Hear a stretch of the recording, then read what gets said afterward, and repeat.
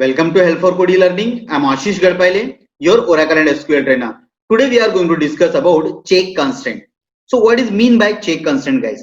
The check constraint is used to limit the value range that can be placed in the column.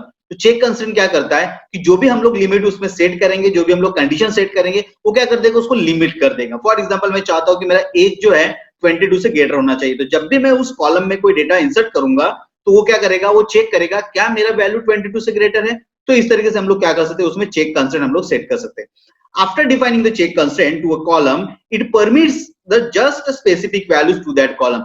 तो जब भी हम लोग जिस कॉलम में चेक कंस्ट्रेंट हम लोग सेट करने वाले, ये क्या करेगा, बस वही वैल्यू उसके लिए सेट करेगा, वो स्पेसिफिक वैल्यू ही सेट करेगा. फॉर एग्जांपल मैंने एज अगर 22 सेट किया है तो वो क्या करेगा कि 22 और 22 से ग्रेटर ही क्या करेगा, उसमें एज हम लोग जो है उसमें इंसर्ट कर सकते हैं.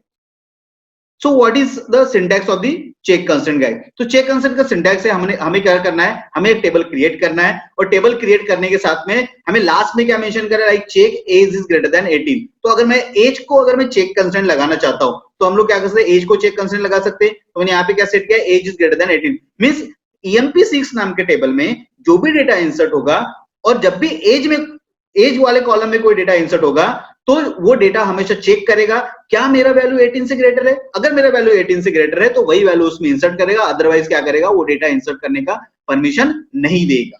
So let discuss practically, guys. So for example, now we are going to create a table first. So create a table, emp7 I am going to create. Then my column name will be, the first column name is number, and number is having like a size of 3. Okay, it's my not null column and it is my unique column also. Then another column name we are going to create, that is ename. Its data type is character and its size is suppose 9 character is there, sir.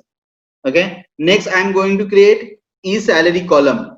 eSalary column I am going to create. Then eSalary will be the number and the size may be 8,2, suppose up to 2 decimal places I am mentioning, means floating value we can mention. Then I am having another column, like suppose ECT we have. So ECT is its data type is character, suppose 9 I am mentioning.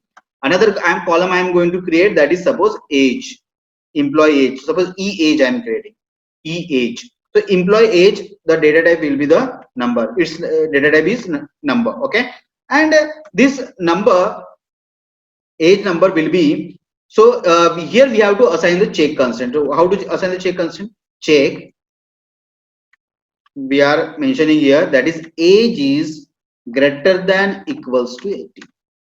Okay, age is greater than equals to 18. So close this parenthesis first and then semicolon.